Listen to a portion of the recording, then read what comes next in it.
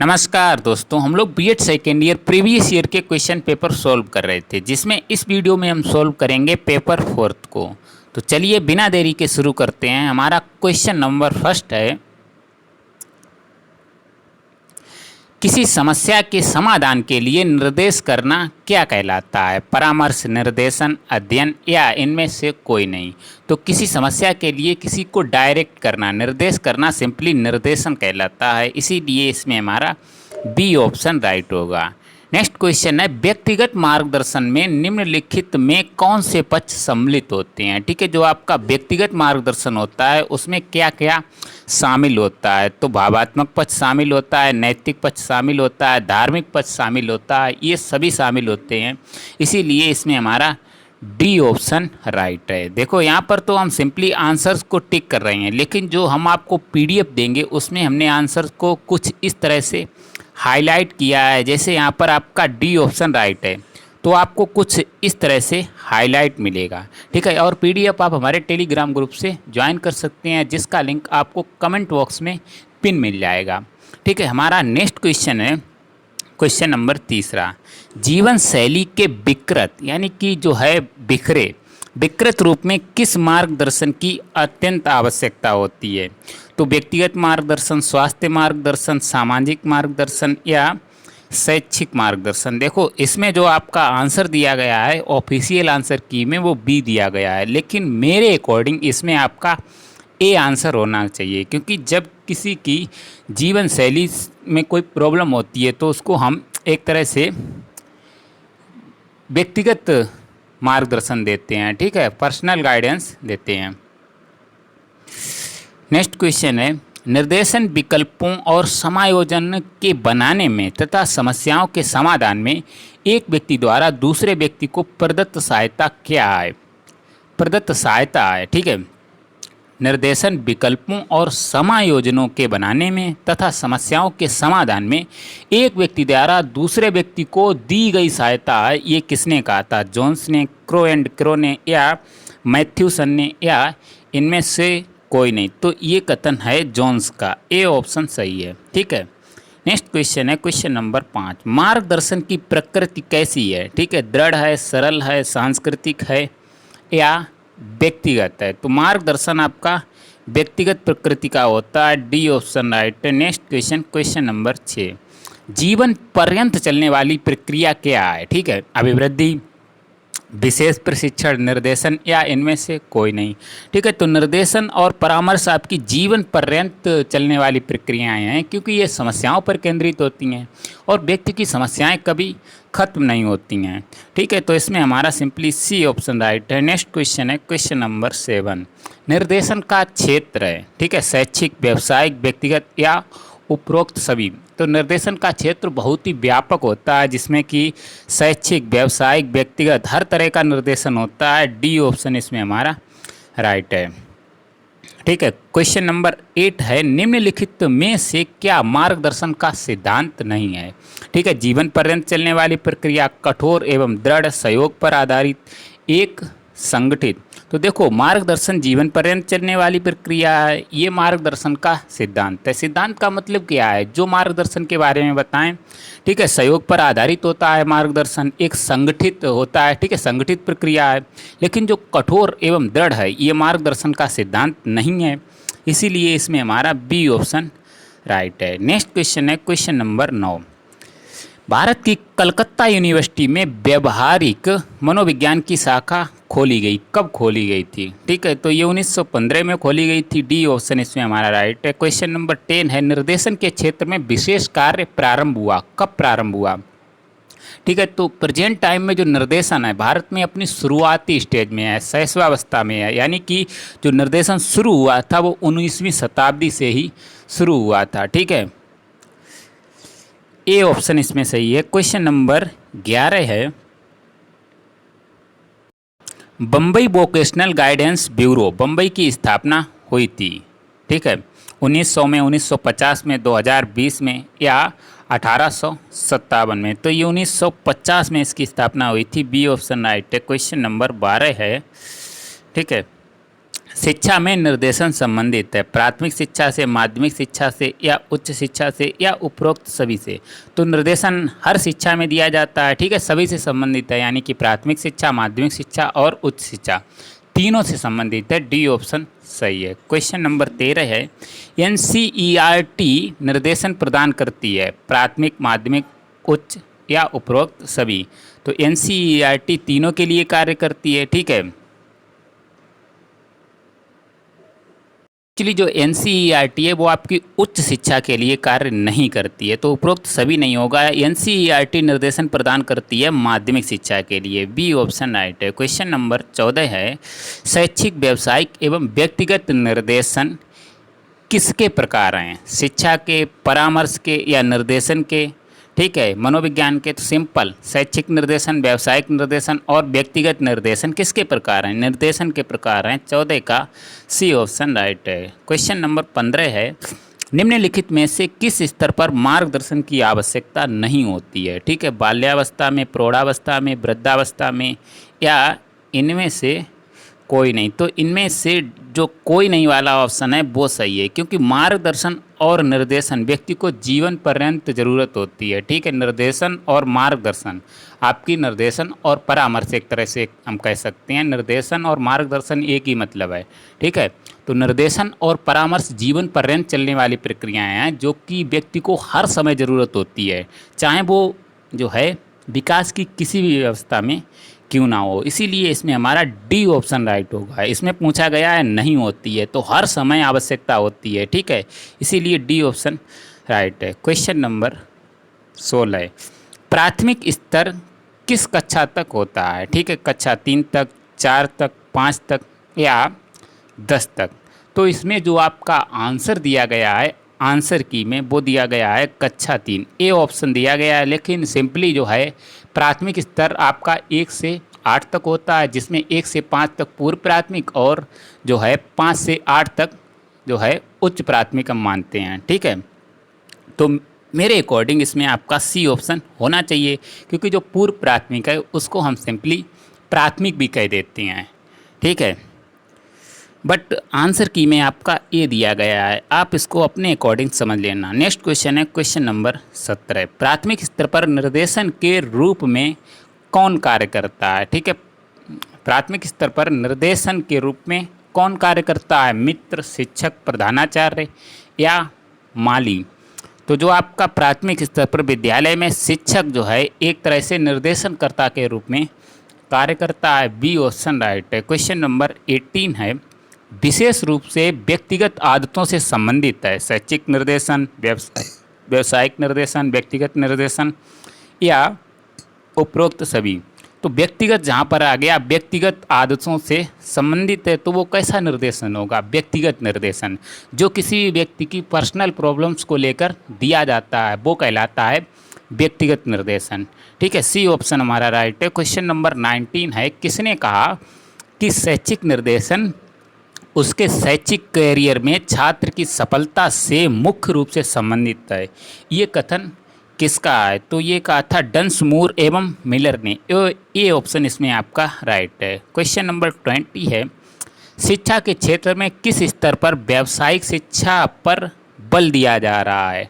ठीक है, तो किस स्तर पर व्यावसायिक शिक्षा पर बल दिया जा रहा है? निम्न प्राथमिक स्तर पर, प्राथमिक स्तर पर, उच्च प्राथमिक स्तर पर या माध्यमिक स्तर पर? तो देखो, निम्न प्राथमिक स्तर पर जो है व्यावसायिक शिक्षा पर बल क्यों दिया जाएगा? बच्चे छोटे हैं तो उनको व्यावसायिक शिक्षा पर इतना ज़्यादा फोकस नहीं किया जाता है। प्राथमिक स्तर पर भी फोकस नहीं किया जाता है, लेकिन जो आपका माध्यमिक स्तर है यानी कि 9 से 12 तक जो है व्यावसायिक शिक्षा पर सबसे ज़्यादा बल दिया जाता है, ठीक है। डी ऑप्शन इसमें हमारा राइट है। क्वेश्चन नंबर 21 है, परामर्श सेवाओं का लक्ष्य सदैव एक शिशु, एक नवयुवक या एक वयस्क को अपने सामूहिक संबंधों में अधिक सूक्ष्म आत्म अभिव्यक्ति और अधिक रचनात्मक मूल्य प्राप्त करने में सहायता देना है। ये परामर्श का लक्ष्य है। ये किसने कहा? ये कथन किसका है? तो ये कहा था क्रो एंड क्रो ने कि परामर्श सेवाओं का लक्ष्य सदैव एक शिशु या एक नवयुवक या एक वयस्क को, जो भी उसके सामूहिक संबंध हैं, ठीक है, उनमें ज़्यादा से ज़्यादा वो अभिव्यक्ति कर पाए और ज़्यादा से ज़्यादा रचना कर पाए, ठीक है, रचनात्मक मूल्य स्थापित कर पाए। तो बी ऑप्शन इसमें आपका राइट है। नेक्स्ट क्वेश्चन है, निम्नलिखित में से कौन परामर्श प्रक्रिया का मुख्य अंग नहीं है? ठीक है, परामर्शक, परामर्श प्रार्थी, परामर्श का लक्ष्य या परामर्श धारणा। तो परामर्श प्रक्रिया के 3 प्रमुख लक्ष्य होते हैं। एक तो परामर्श देने वाला, एक परामर्श लेने वाला, और एक जो है एक समस्या, यानी कि किस पर परामर्श दिया जा रहा है। तो परामर्शक यानी कि परामर्शदाता बिल्कुल प्रमुख अंग होता है जो परामर्श देता है। ठीक है, दूसरा होता है परामर्श लेने वाला, और तीसरा होता है परामर्श का लक्ष्य, क्या समस्या है, क्या हमारा फोकस है, क्या जो है मैटर है जिस पर हम परामर्श किसी को दे रहे हैं। तो ये तो 3 प्रमुख अंग हैं, लेकिन जो परामर्श धारणा है वो कोई भी प्रमुख अंग नहीं है, इसीलिए इसमें हमारा डी ऑप्शन सही है। क्वेश्चन नंबर 23 है, निम्नलिखित में से किसने परामर्श प्रक्रिया के 6 पदों की चर्चा की है? विलियमसन एवं डरले ने, जोन्स ने, क्रो एंड क्रो ने, या रॉबिन्सन ने? तो ये विलियमसन एवं डरले ने परामर्श प्रक्रिया में 6 पदों की चर्चा की थी। ए ऑप्शन इसमें सही है। क्वेश्चन नंबर 24 है, परामर्श प्रक्रिया के किस पद में समस्याओं के कारणों के बारे में निष्कर्ष निकाला जाता है? निदान, संश्लेषण, अनुवर्तन या विश्लेषण? तो ये निदान में जो है परामर्श की निदान प्रक्रिया में समस्याओं के कारणों के बारे में निष्कर्ष निकाला जाता है, समस्याओं का निदान किया जाता है, एक तरह से उनको सॉल्व किया जाता है। ए ऑप्शन इसमें सही है। नेक्स्ट क्वेश्चन है 25, परामर्श प्रक्रिया का विश्लेषण पद किससे संबंधित है? ठीक है, एकत्रित जानकारी के संगठन से, तथ्यों के संकलन से, समस्या के कारण संबंधित निष्कर्ष निकालने से, या समस्या के समाधान से? तो विश्लेषण का मतलब क्या होता है? जो भी तथ्य हैं उनका संकलन करना। बी ऑप्शन सही है। नेक्स्ट क्वेश्चन है क्वेश्चन नंबर 26, निम्नलिखित में से क्या परामर्श प्रक्रिया का पद नहीं है? ठीक है, अनुवर्तन, संश्लेषण, पूर्वानुमान या अन्वेषण? तो जो आपका अन्वेषण है वो परामर्श प्रक्रिया का कोई सा भी पद नहीं है, लेकिन जैसे हम पहले कहते हैं जो परामर्श प्रक्रिया के प्रमुख पद हैं कि पहले पूर्व अनुमान लगाया जाता है, ठीक है, उसके बाद जो भी निष्कर्ष हैं उन पर संश्लेषण किया जाता है। ये तीनों आपके परामर्श प्रक्रिया के जो है पद हैं, ठीक है, लेकिन अन्वेषण पद नहीं है। डी ऑप्शन इसमें सही है। क्वेश्चन नंबर 27 है, परामर्शदाता एवं परामर्श प्रार्थी द्वारा समायोजन के लिए उठाए गए कदमों को किस पद में रखा गया है? निदान में, परामर्श में, मूल्यांकन में या अनुवर्तन में? तो ये परामर्श प्रक्रिया में रखे गए हैं कि जो परामर्श प्रक्रिया में होता क्या है एक्चुअली, परामर्शदाता परामर्श देता है और परामर्श प्रार्थी परामर्श लेता है, जिससे वो किसी भी नई परिस्थिति में नई भी समस्या को अच्छी तरह से सॉल्व कर पाता है, यानी कि नई परिस्थिति में समायोजन कर पाता है। ठीक है, तो सिंपली परामर्श प्रक्रिया ही आपका ऑप्शन सही होगा। ठीक है, 27 का बी ऑप्शन सही है। क्वेश्चन नंबर 28 है, निम्नलिखित में से क्या परामर्श का मुख्य उद्देश्य है? तो परामर्श का मुख्य उद्देश्य हमें बताना है संज्ञान सूचनाएं प्राप्त करना, सामाजिक कौशल को विकसित करना, परामर्श प्रार्थी की समस्या को पहचानना। बिल्कुल, ये सभी परामर्श प्रक्रिया के मुख्य उद्देश्य हैं, इसीलिए इसमें हमारा डी ऑप्शन सही है, उपरोक्त सभी। नेक्स्ट क्वेश्चन है क्वेश्चन नंबर 29, व्यवहारवादी परामर्श मुख्यतः बल देता है चिंतन पर, विचारों पर, क्रिया पर या संस्कृति पर? तो जो आपका व्यवहारवादी है परामर्श वो क्रिया पर ज़्यादा बल देता है। सी ऑप्शन सही है। क्वेश्चन नंबर 30, विद्यार्थियों को परामर्श की आवश्यकता क्यों होती है? ठीक है, वर्तमान समस्याओं के समाधान हेतु, भावी समस्याओं से सुरक्षा हेतु, योग्यता अनुसार अधिकतम लाभ हेतु? तो इसमें डी ऑप्शन सही है, सभी के लिए विद्यार्थियों को परामर्श की आवश्यकता होती है। क्वेश्चन नंबर 31 है, निम्नलिखित में से किस उपागम में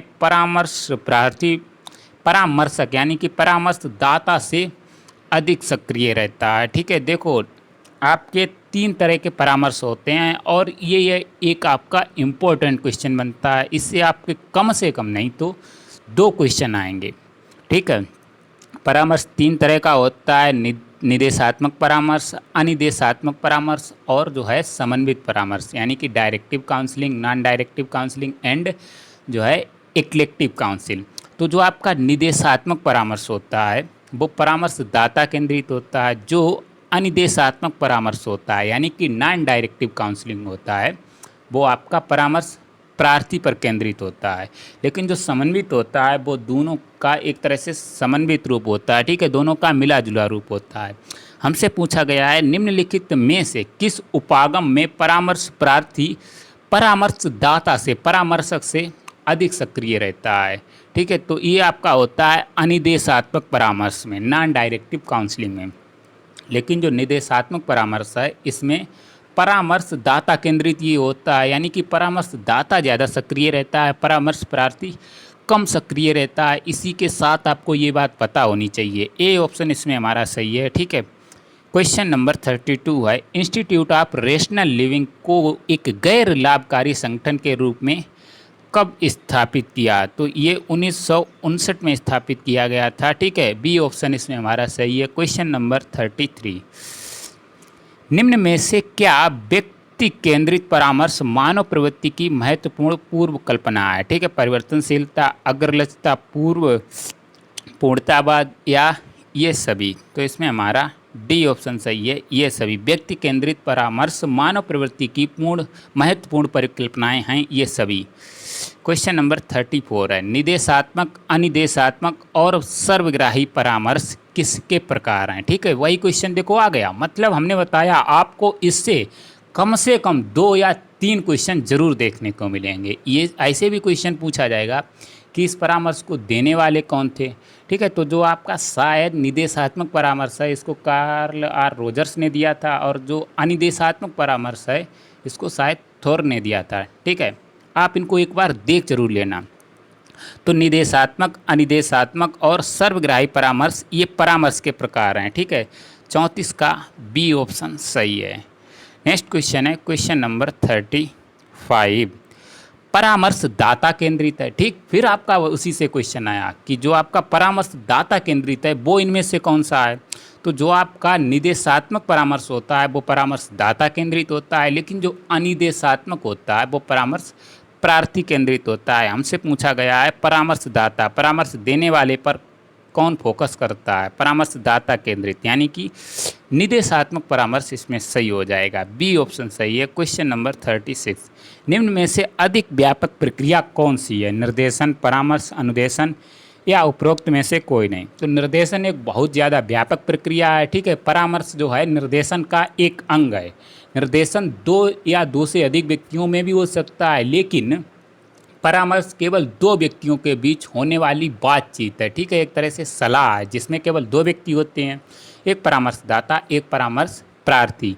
तो इसमें हमसे पूछा गया है सिंपली व्यापक कौन सी प्रक्रिया है? अधिक व्यापक निर्देशन है, ठीक है। निर्देशन का क्षेत्र बहुत ज़्यादा व्यापक होता है, परामर्श का भी व्यापक होता है, लेकिन कंपेयर में निर्देशन जो है परामर्श से ज़्यादा व्यापक है। जो आपका परामर्श है वो निर्देशन का मात्र एक अंग है, ठीक है।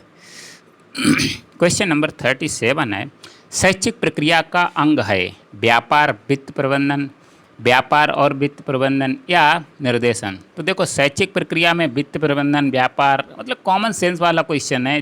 शैक्षिक प्रक्रिया का अंग क्या है? निर्देशन है। सिंपली हमारा 37 का डी ऑप्शन राइट है। क्वेश्चन नंबर 38, सामाजिक समस्याओं के कारणों को खोजना क्या क्या है, ठीक है। व्यक्ति इतिहास है, उपचार है, निदानात्मक है या उपरोक्त में से कोई नहीं? तो इसमें हमारा सी ऑप्शन राइट है। शैक्षिक समस्याओं के कारणों को खोजना एक तरह से निदान करना, उनको सोल्व करना कहलाता है, इसीलिए ये प्रक्रिया आपकी निदानात्मक प्रक्रिया कहलाती है। सी ऑप्शन सही है। क्वेश्चन नंबर 39, उपलब्धि परीक्षण बालक की वर्तमान योग्यता या किसी विशिष्ट विषय के क्षेत्र में उसके ज्ञान की सीमा का मापन करते हैं। ये किसने कहा था? गैरिसन ने, क्रो एंड क्रो ने, रॉबिन्सन ने या जोन्स ने, ठीक है। तो ये कहा था गैरिसन ने। ए ऑप्शन हमारा सही है। क्वेश्चन नंबर 40, व्यक्ति के व्यवहार का निरीक्षण किया जाता है किस विधि में? साक्षात्कार विधि, ठीक है, साक्षात्कार प्रविधि में, प्रेक्षण प्रविधि में, प्रश्नावली प्रविधि में या व्यक्ति इतिहास प्रविधि? जो आपका इंटरव्यू मेथड होता है उसमें जो इंटरव्यू ले रहा है उसके सामने इंटरव्यू देने वाला बैठता है, यानी कि उसके व्यवहार का सही तरह से निरीक्षण होता है, ठीक है। लेकिन इंटरव्यू किसी समस्या पर केंद्रित होता है, ठीक है। हम कोई मैटर पर बात कर रहे होते हैं, लेकिन जो आपकी प्रेक्षण विधि है इसमें कोई समस्या नहीं होती है। उसमें सिंपली जो आपका शिक्षक है वो छात्र के व्यवहार को देखता है, ठीक है, उसके व्यवहार का अध्ययन करता है, वो क्या क्या क्रियाएं कर रहा है, ठीक है, ऑब्जर्व कर रहा है, ऑब्जर्वेशन मेथड। इसीलिए इसमें हमारा बी ऑप्शन राइट है कि व्यक्ति के व्यवहार का निरीक्षण प्रेक्षण विधि में होता है, ठीक है। साक्षात्कार में भी होता है, लेकिन साक्षात्कार एक जो है आपकी, हम कह सकते हैं समस्या केंद्रित प्रक्रिया है, जिसमें एक मैटर पर बात होती है, ठीक है। तो उसमें जो अन्य व्यवहार हैं उनको ज़्यादा काउंट नहीं किया जाता है, ठीक है। नेक्स्ट क्वेश्चन है क्वेश्चन नंबर 41। प्रत्येक शिक्षण संस्थान में निर्देशन एवं परामर्श के कर्मचारी वर्ग हैं, ठीक है। निर्देशन एवं परामर्श के कर्मचारी वर्ग से क्वेश्चन आया है। प्रधानाचार्य, शिक्षक, पुस्तकालय अध्यक्ष, तो ये सभी निर्देशन एवं परामर्श प्रक्रिया के कर्मचारी वर्ग में आते हैं। डी ऑप्शन इसमें हमारा सिंपली राइट है। क्वेश्चन नंबर 42 वह है जो व्यावसायिक, शैक्षिक एवं व्यक्तिगत मामलों के संबंध में विशेष रूप से चुनावों और समायोजना बनाने के लिए छात्रों की व्यक्तिगत सहायता करता है। वह कौन है, ठीक है। शिक्षक है, परामर्शदाता है, प्रधानाचार्य है या अभिभावक है, ठीक है। तो जो आपका परामर्शदाता वह है जो व्यावसायिक, शैक्षिक एवं व्यक्तिगत मामलों के संबंध में विशेष रूप से चुनावों और समायोजन बनाने के लिए छात्र की व्यक्तिगत सहायता करता है, ठीक है, उसको व्यक्तिगत परामर्श देता है। जब भी व्यक्तिगत बात आती है तो आपका परामर्श ऐसी प्रक्रिया है जो व्यक्तिगत प्रक्रिया होती है, किसी एक व्यक्ति को दिया जाता है, ठीक है। सिंपली इसको आप ऐसे रिलेट कर सकते हैं। बी ऑप्शन सही है। 43 वह निर्देशन कार्यक्रम को उचित रूप से संचालित करने के लिए विद्यालय के बजट में उपयुक्त प्रावधान करता है। वह यानी कि कौन जो है निर्देशन कार्यक्रम को सही तरह से संचालित करने के लिए विद्यालय के बजट में उपयुक्त प्रावधान करता है। शिक्षक करता है, विद्यार्थी करता है, अभिभावक करता है या प्रधानाचार्य करता है। तो ऐसा कार्य कौन कर सकता है? प्रधानाचार्य ही कर सकता है, क्योंकि इसी के अंडर सब कुछ होता है, ठीक है। डी ऑप्शन इसमें हमारा सिंपली राइट है।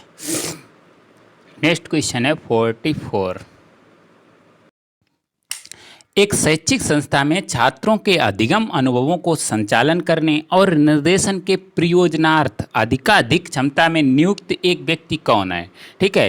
यानी कि शैक्षिक संस्था में छात्रों के अधिगम अनुभवों को सही तरह से चलाए और निर्देशन के उद्देश्यों को भी पूरा करे, वो व्यक्ति कौन है? शिक्षक है, परामर्शदाता है, प्रधानाचार्य है या अभिभावक है। देखो इसमें आपका परामर्शदाता हो जाता अगर अधिगम अनुभवों की बात नहीं करते, लेकिन अधिगम अनुभवों से, अधिगम से रिलेटेड है तो वो आपका शिक्षक हो जाएगा, जो निर्देशन का भी कार्य करता है, अधिगम का भी कार्य करता है, ठीक है। ए ऑप्शन इसमें हमारा सही है। क्वेश्चन नंबर 45 है विद्यार्थियों को विषयों के चयन और उच्च अध्ययन के लिए उचित निर्देशन एवं परामर्श देता है। कौन देता है? प्रधानाचार्य, चिकित्सक, शिक्षक या उपरोक्त में से कोई नहीं। तो जो आपका शिक्षक है वो विद्यार्थियों को उच्च अध्ययन के लिए उचित निर्देशन भी देता है, परामर्श भी देता है। सी ऑप्शन हमारा सही है, ठीक है। शिक्षक ज़्यादा छात्रों के टच में रहता है कंपेयर टू प्रधानाचार्य, ठीक है। सी ऑप्शन सही है। नेक्स्ट क्वेश्चन है विद्यालय में निर्देशन एवं परामर्श समिति का गठन कराने में सहयोग कौन देता है, ठीक है। समाज सेवक, परामर्शदाता, चिकित्सक या उपरोक्त में से कोई नहीं। तो जो आपका परामर्शदाता होता है वो निर्देशन एवं परामर्श समिति का गठन करता है, ठीक है, सहयोग देता है। बी ऑप्शन सही है। क्वेश्चन नंबर 47 किसने कहा विशिष्ट एक समावेशी पद है जो किसी ऐसे बालक को व्यक्त करता है जिसकी निष्पत्ति मानक से या तो नीचे है या मानक से ऊपर इस सीमा तक विचलित होती है जिसके लिए विशेष शिक्षा कार्यक्रम तैयार करना पड़े, ठीक है। विशेष शिक्षा कार्यक्रम तैयार करना निर्देशित है। विशिष्ट बालकों के संबंध में कथन है, ये किसने कहा था? जोन्स ने, क्रो एंड क्रो ने, हेवार्ड एवं ऑर्लेंस्की ने या इनमें से कोई नहीं। तो ये कहा था होवार्ड एवं ऑर्लेंस्की का कथन है। सी ऑप्शन सही है। नेक्स्ट क्वेश्चन है एक बालक है जो शैक्षिक स्तर के स्थान निर्धारण में 1 या 2 वर्ष मंदित है, वो बालक कौन सा है? मंदित बालक कहलाएगा, मेधावी बालक कहलाएगा, सृजनात्मक बालक या पिछड़ा बालक, ठीक है।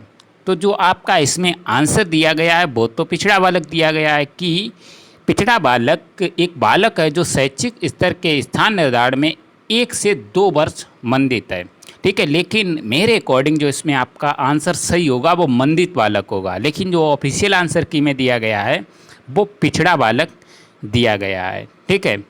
नेक्स्ट क्वेश्चन है 49। विशिष्ट बालकों के प्रकार हैं बौद्धिक रूप से विशिष्ट बालक, शारीरिक रूप से विशिष्ट बालक, सामाजिक रूप से विशिष्ट बालक या उपरोक्त सभी। तो ये सभी विशिष्ट बालकों के प्रकार हैं। विशिष्ट बालक का मतलब क्या होता है? जिनको किसी विशेष तरह से यानी कि शिक्षा दी जाए, विशेष आवश्यकता हो। जैसे शारीरिक रूप से आपके विकलांग हैं, यानी कि किसी का पैर नहीं है, हाथ नहीं है, बौद्धिक रूप से कमज़ोर हैं, ठीक है, वो भी विशिष्ट बालक हैं। जो सामान्य बालकों से अलग हैं वो सभी आते हैं विशिष्ट बालक, ठीक है। सामाजिक रूप से भी विशिष्ट बालक होती हैं, जैसे कि जो आपके समस्यात्मक बालक होते हैं, ठीक है। तो ये सभी विशिष्ट बालकों के प्रकार हैं। विशिष्ट बालकों को प्रमुख रूप से 3 तरह से बांटा गया है: बौद्धिक रूप से विशिष्ट बालक, शारीरिक रूप से विशिष्ट बालक और सामाजिक रूप से विशिष्ट बालक। नेक्स्ट क्वेश्चन है क्वेश्चन नंबर 50। इनकी कक्षाओं में 20 से अधिक विद्यार्थी नहीं होने चाहिए। किसकी कक्षाओं में? विशिष्ट बालकों के लिए या सामान्य बालकों के लिए या ए और बी दोनों के लिए? तो विशिष्ट बालकों की कक्षाएं 20 से ज़्यादा नहीं होने चाहिए छात्र, क्योंकि बच्चे जो है विशिष्ट बालक हैं ना, तो कम छात्र होंगे तो ज़्यादा अच्छी तरह से शिक्षक पढ़ा पाएगा। लेकिन जो सामान्य होता है उसमें 1:30 का रेशियो होता है, ठीक है। विशिष्ट बालकों के लिए कक्षाओं में विद्यार्थी 20 से अधिक नहीं होने चाहिए, ठीक है। नेक्स्ट क्वेश्चन है प्रतिभाशाली बालकों की बुद्धि लब्धि कितने से अधिक होती है? ठीक है, आईक्यू से क्वेश्चन पूछा गया है। जो टर्मन ने आईक्यू टेबल दिया था उसमें उन्होंने बताया था कि प्रतिभाशाली बच्चों की बुद्धि लब्धि 140 से ज़्यादा होती है, ठीक है, 140 या 140 से ज़्यादा। लेकिन हमें ऑप्शन में 130 दिया गया है, तो सिंपली कोई दिक्कत नहीं है। 130 से ज़्यादा जब हम बात कहेंगे तो वो 140 से ज़्यादा वाला ऑप्शन ऑटोमेटिक इसमें आ जाएगा, ठीक है। हमारा सबसे बेस्ट ऑप्शन 130 से अधिक होती है, ठीक है। नेक्स्ट क्वेश्चन है 52। 90 से 110 तक बुद्धि लब्धि होती है। प्रतिभाशाली बालक, पिछड़े बालक, मंदित बालक या मानसिक रूप से यानी कि सृजनात्मक बालक किसकी होती है 90 से 110? तो जो आपका 90 से 109, टर्मन ने आईक्यू टेबल बताया था 90 से 109, वो उन्होंने बताया था सामान्य बालक। और इसमें आपका सामान्य बालक की जो है कोई ऑप्शन दिया नहीं गया है, और सही ऑप्शन जो इसमें आपका बताया गया है वो बताया गया है पिछड़े बालकों की बुद्धि लब्धि 90 से 110 होती है। देखो, प्रतिभाशाली तो नहीं हो सकती क्योंकि 130 है, और जो पिछड़े होते हैं वो सामान्य से थोड़े पिछड़े होते हैं, ठीक है। तो हमारा सबसे बेस्ट ऑप्शन हम कह सकते हैं पिछड़ा बालक ही इसमें होगा। लेकिन जो 90 से 110 है, अगर आपका सामान्य बालक होता तो वो सबसे बेस्ट ऑप्शन होता, ठीक है। लेकिन हम सिंपली बी ऑप्शन को टिक करेंगे। इसके बाद 53। मेधावी बालक होते हैं सृजनात्मक, पिछड़े, प्रतिभाशाली या मंदित। तो मेधावी बालक यानी कि जो प्रतिभाशाली बालक होते हैं उनको हम मेधावी बालक भी कहते हैं। सी ऑप्शन सही है। क्वेश्चन नंबर 54 है कक्षा में समस्या उत्पन्न करने बालक क्या कहलाते हैं? समस्यात्मक बालक जो समस्या उत्पन्न करें तो वो समस्यात्मक बालक कहलाएंगे। नेक्स्ट क्वेश्चन है किसने कहा कि एक बालक तकनीकी रूप से अपराधी है जब उसकी समाज विरोधी प्रवृत्ति इतनी गंभीरता से प्रकट हो जाती है कि वह वैधानिक कार्रवाई का विषय हो जाता है, वैधानिक कार्रवाई का कारण बन जाता है? ये किसने कहा है अपराधी बालक के संदर्भ में? क्रो एंड क्रो ने, सिरिल बर्ट ने, जोन्स ने या उपरोक्त में से सभी? ठीक है, उपरोक्त में से कोई नहीं। किसने कहा है? तो ये कहा था सिरिल बर्ट ने, ठीक है। बी ऑप्शन आपका सही है। नेक्स्ट क्वेश्चन है समूह गतिशीलता शब्द के जनक किस समाज मनोवैज्ञानिक को माना जाता है? ठीक है, समूह गतिशीलता के जनक हमसे पूछे गए हैं कुर्ट लेवन, स्किनर, थार्नडाइक या उपरोक्त में से कोई नहीं। तो समूह गतिशीलता के जनक हैं कुर्ट लेवन। ए ऑप्शन आपका सही है। Question number 57। समूह गतिशीलता किस इकाई से संबंधित है? मनोविज्ञान से, दर्शन से, समाज से या इनमें से कोई नहीं? तो समूह गतिशीलता का सिंपल जो है संबंध होता है समाज से। सी ऑप्शन आपका राइट है। Question number 58। समूह गतिशीलता के कारक हैं गृह, विद्यालय, पास पड़ोस या उपरोक्त सभी? तो समूह गतिशीलता समाज से संबंधित होती है, और समाज में आपका घर भी आ जाता है, विद्यालय भी आ जाता है, पास पड़ोस भी आ जाता है। इसीलिए इसमें हमारा डी ऑप्शन राइट होगा, उपरोक्त सभी। Question number 59। कक्षा में सभी की आपसी संतोषजनक अंतःक्रिया क्या है? ठीक है, दार्शनिक गतिशीलता, समूह गतिशीलता, मनोवैज्ञानिक गतिशीलता या इनमें से कोई नहीं? तो आपकी जो कक्षा होती है एक तरह से समूह की तरह से कार्य करती है, इसीलिए इसमें आपका सही ऑप्शन है समूह गतिशीलता। कक्षा में सभी की आपसी संतोषजनक अंतःक्रिया समूह गतिशीलता कहलाती है। क्वेश्चन नंबर 60, विद्यालय में समूह गतिशीलता के कारक हैं विद्यालय वातावरण, गृह वातावरण या समाज का वातावरण या उपरोक्त में से कोई नहीं। ठीक है, तो विद्यालय में समूह गतिशीलता पूछा गया है, यानी कि विद्यालय का वातावरण, ए ऑप्शन सही है। नेक्स्ट क्वेश्चन है, निर्देशन कार्यक्रम को विद्यालय में उचित रूप से संचालित करने के लिए किसका संगठन आवश्यक है? परामर्श सेवाओं का, सामाजिक सेवाओं का, निर्देशन सेवाओं का या उपरोक्त में से कोई नहीं। तो जब निर्देशन कार्यक्रम आयोजित होंगे यानी कि निर्देशन सेवाओं का संगठन आवश्यक है। ठीक है, सी ऑप्शन आपका सही है। नेक्स्ट क्वेश्चन है क्वेश्चन नंबर 62, विद्यालय में अच्छे निर्देशन संगठन की विशेषता है। मानसिक रूप से मंदित बालक लाभान्वित हों, पिछड़े बालक लाभान्वित हों, प्रतिभाशाली बालक लाभान्वित हों या सभी प्रकार के विद्यार्थी लाभान्वित हों। तो बिल्कुल निर्देशन आपका ऐसा होना चाहिए जिससे सभी प्रकार के बालक लाभान्वित हों। डी ऑप्शन आपका सही है, सभी को लाभ मिलना चाहिए। क्वेश्चन नंबर 63 है, विद्यालय निर्देशन सेवा संगठन का प्रयोजन यानी कि उद्देश्य विद्यार्थियों की सहायता करना है। ठीक है, विद्यालय निर्देशन सेवा संगठन का उद्देश्य विद्यार्थियों की सहायता करना है। कैसी? केवल शैक्षिक सहायता, शैक्षिक व्यावसायिक और रोजगार संबंधी सहायता करना, केवल व्यावसायिक सहायता करना या केवल रोजगार संबंधी सहायता करना। तो जो आपका विद्यालय में निर्देशन दिया जाता है उसका उद्देश्य होता है शैक्षिक सहायता, व्यावसायिक सहायता और रोजगार संबंधी सहायता प्रदान करना। कैसे? छात्र को अच्छी तरह से रोजगार मिले शिक्षा के बाद।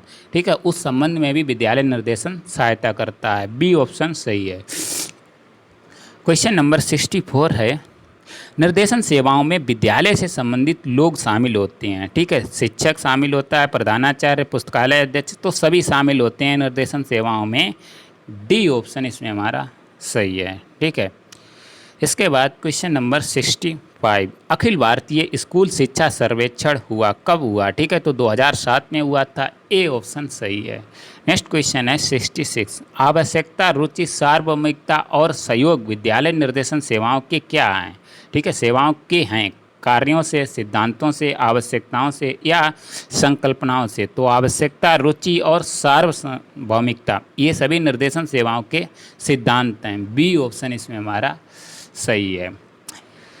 क्वेश्चन नंबर 67, निर्देशन सेवाओं के संगठन के आधारभूत कारक क्या हैं? ठीक है, विद्यालय स्तर, व्यक्तिगत आवश्यकता, सामुदायिक रुचि या उपरोक्त सभी। तो ये सभी निर्देशन सेवा संगठन के कारक हैं। ठीक है, डी ऑप्शन हमारा सही है। क्वेश्चन नंबर 68, केंद्रीकृत, विकेंद्रीकृत और मिश्रित निर्देशन सेवाओं के संगठन के हैं। ठीक है, निर्देशन सेवाओं के संगठन के हैं सिद्धांत हैं, आधारभूत कारक हैं या स्वरूप हैं या उपरोक्त में से कोई नहीं। तो केंद्रीकृत जो है निर्देशन, विकेंद्रीकृत निर्देशन, मिश्रित निर्देशन, ये निर्देशन के स्वरूप हैं। ठीक है, सी ऑप्शन सही है। क्वेश्चन नंबर 69, किस आयोग ने प्राथमिक स्तर से ही निर्देशन कार्यक्रम प्रारंभ करने का सुझाव दिया था? कोठारी आयोग ने, मुदालियर आयोग ने, राधाकृष्णन आयोग ने या मैकाले आयोग ने?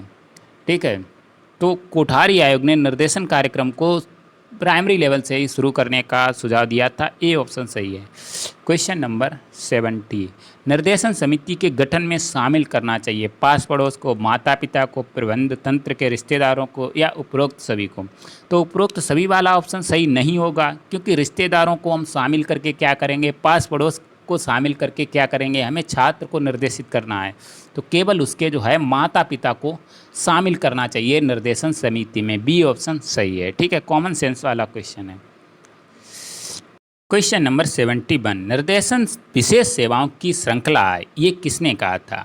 ठीक है, मिलर ने, क्रो एंड क्रो ने, जोन्स ने, डंस मूर ने। ठीक है, तो ये क्रो एंड क्रो का कथन है कि निर्देशन विशेष सेवाओं की श्रृंखला है, सीरीज है। ठीक है, इसीलिए इसमें आपका बी ऑप्शन सही है। 72, निर्देशन सेवाएं हैं आकस्मिक, अव्यवस्थित, उपरोक्त दोनों या संगठित?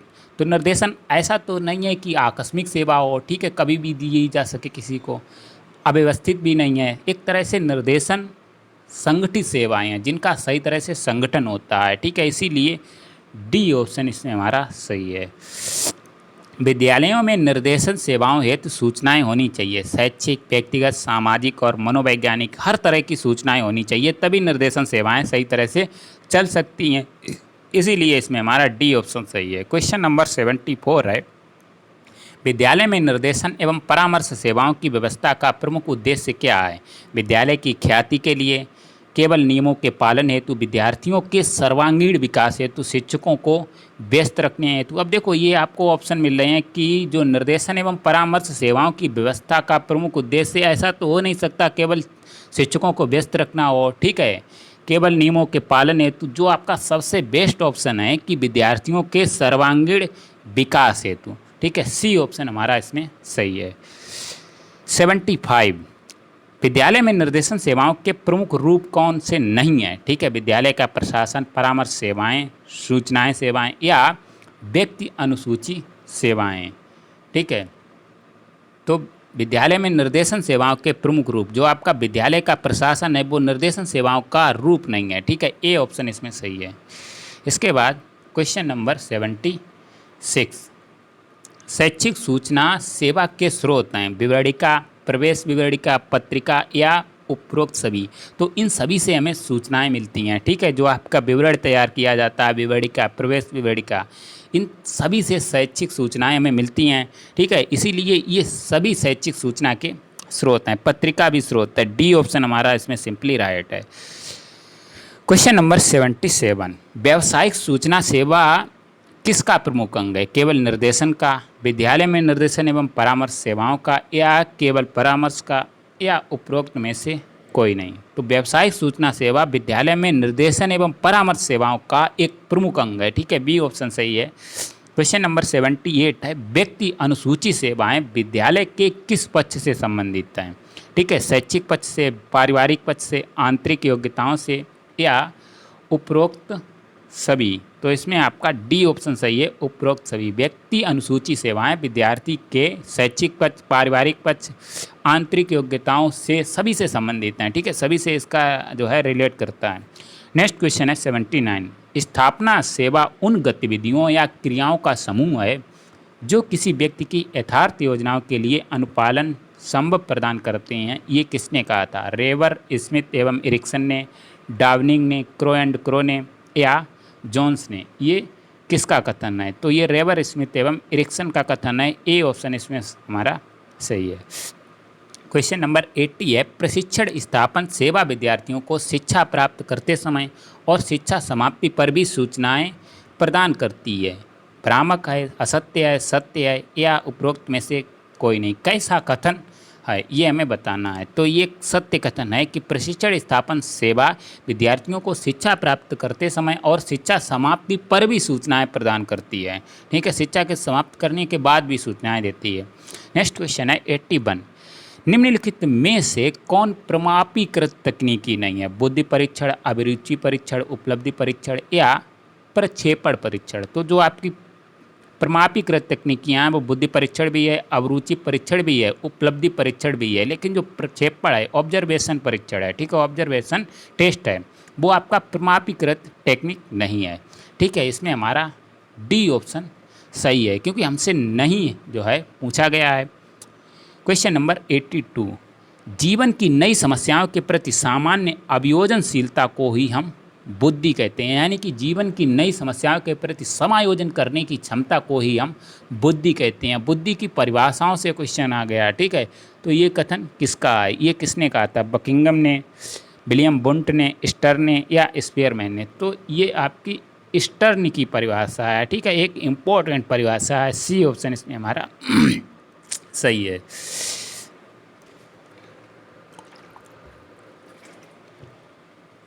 क्वेश्चन नंबर 83, उपलब्धि परीक्षण वह विकल्प है जो एक पाठ्यक्रम के विभिन्न विषयों में व्यक्ति के ज्ञान, समय व कौशल का मापन करता है।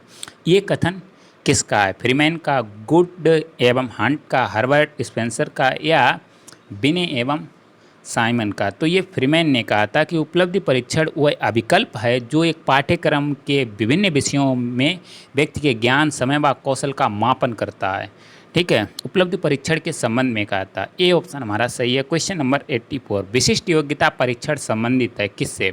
संगीत से, कला से, यांत्रिकी से, या उपरोक्त सभी। तो विशिष्ट योग्यता परीक्षण जो है संगीत से भी, कला से भी, यांत्रिकी से भी, सभी से संबंधित है। डी ऑप्शन हमारा सही है।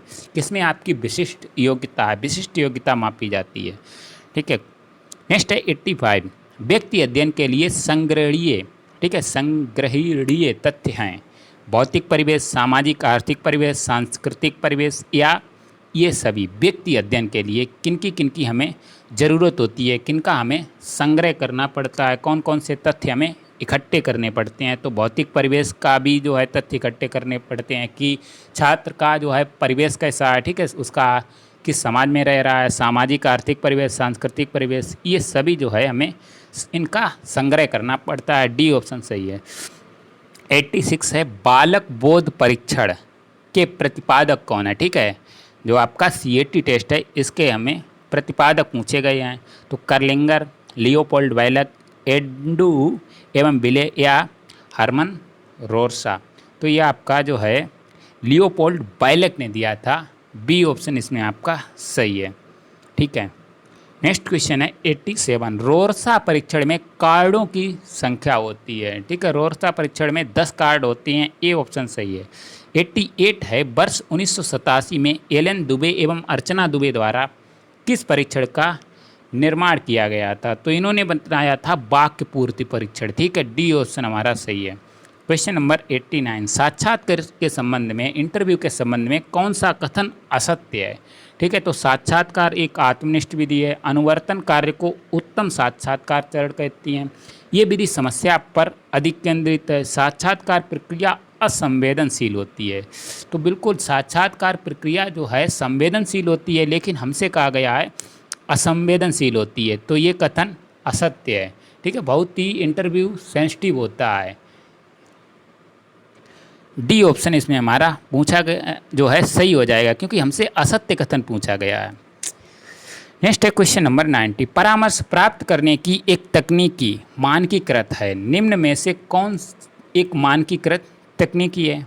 ठीक है, परामर्श प्राप्त करने की एक तकनीकी मानकीकृत है और निम्न में से कौन एक मानकीकृत तकनीकी है। साक्षात्कार, निर्धारण मापनी, प्रश्नावली, आत्मकथा या बुद्धि मापन। ठीक है, बुद्धिमत्ता। तो इसमें आपका डी ऑप्शन राइट है। Question number 91। व्यक्तित्व परीक्षण के संदर्भ में क्या सत्य नहीं है। ठीक है, माता पिता द्वारा भी आंकड़े एकत्रित किए जा सकते हैं। आत्मनिष्ठ वस्तुनिष्ठ विधि का भाग है व्यक्तित्व परीक्षण। वस्तुनिष्ठ परीक्षण अचेतन मन का अध्ययन करने में असमर्थ होता है। यह रोरसा परीक्षण प्रक्षेपण विधि का भाग है। ठीक है, हमसे जो है असत्य कथन पूछा गया है। कौन सा कथन सत्य नहीं है। ठीक है, ये हमें बताना है इसमें। तो इसमें आपका बी ऑप्शन राइट है कि आत्मकथा वस्तुनिष्ठ विधि का भाग है। ठीक है, नेक्स्ट क्वेश्चन है 92। कक्षा अधिगम तथा मार्गदर्शन में निहित मनोविज्ञान के सकारात्मक कारकों में क्या शामिल नहीं है। अभिप्रेरणा, अभिरचना, अधिगम या प्रगति मूल्यांकन या अतिधारणों की लंबी अवधि। ठीक है, लंबी अवधि। कक्षा अधिगम तथा मार्गदर्शन में निहित मनोविज्ञान के सकारात्मक कार्यों में क्या शामिल नहीं है। ठीक है, तो अतिधारणों की लंबी विधि जो है सकारात्मक कार्यों में शामिल नहीं है, सकारात्मक कारकों में शामिल नहीं है। डी ऑप्शन हमारा सही है। Question number 93। बच्चे अनुचित व्यवहार क्यों करते हैं। क्योंकि उनको नियमों का ज्ञान नहीं होता है, घर एवं विद्यालय के नियमों को सही तरह से समझते नहीं हैं, कुंठा का अभाव होता है, या मनोवेग या भावनाओं का वस्तुओं या व्यक्तियों पर विस्थापन नहीं होता है। ठीक है, तो बच्चे अनुचित व्यवहार क्यों करते हैं। क्योंकि उनको घर एवं विद्यालय के नियमों को सही तरह से समझे नहीं होते हैं। ठीक है, सही तरह से वो समझे नहीं होते हैं। बी ऑप्शन सही है। नेक्स्ट है 94। प्रासंगिक अंतर्बोध परीक्षण के संबंध में क्या असत्य है। ठीक है, पहला है व्यक्तिमापन, मानकीकृत तस्वीरें, लिखित परीक्षण या प्रक्षेपण तकनीकी। हमें जो है असत्य बताना है। तो इसमें सी ऑप्शन राइट है कि ये जो है आपका लिखित परीक्षण नहीं है। ठीक है, इसीलिए इसमें सी ऑप्शन राइट है। नेक्स्ट है 95। मार्गदर्शन और परामर्श प्रक्रिया परीक्षण का महत्व है। निम्नलिखित में से कौन सा परीक्षण अप्रमापीकृत है। बुद्धि परीक्षण, अभियोग्यता परीक्षण, व्यक्तित्व परीक्षण या समाज मिति। ठीक है, तो इसमें हमारा डी ऑप्शन राइट है। समाज मिति जो है अप्रमापीकृत है। ठीक है, अप्रमापीकृत परीक्षण है। इसके बाद 96 है बालक परीक्षण बोध, यानी कि CAT किस आयु वर्ग के बालकों के व्यक्तित्व मूल्यांकन हेतु प्रयुक्त किया जाता है। देखो सिंपली आपको पता होना चाहिए जो CAT टेस्ट है वो किसके लिए है, व्यक्तित्व के लिए है।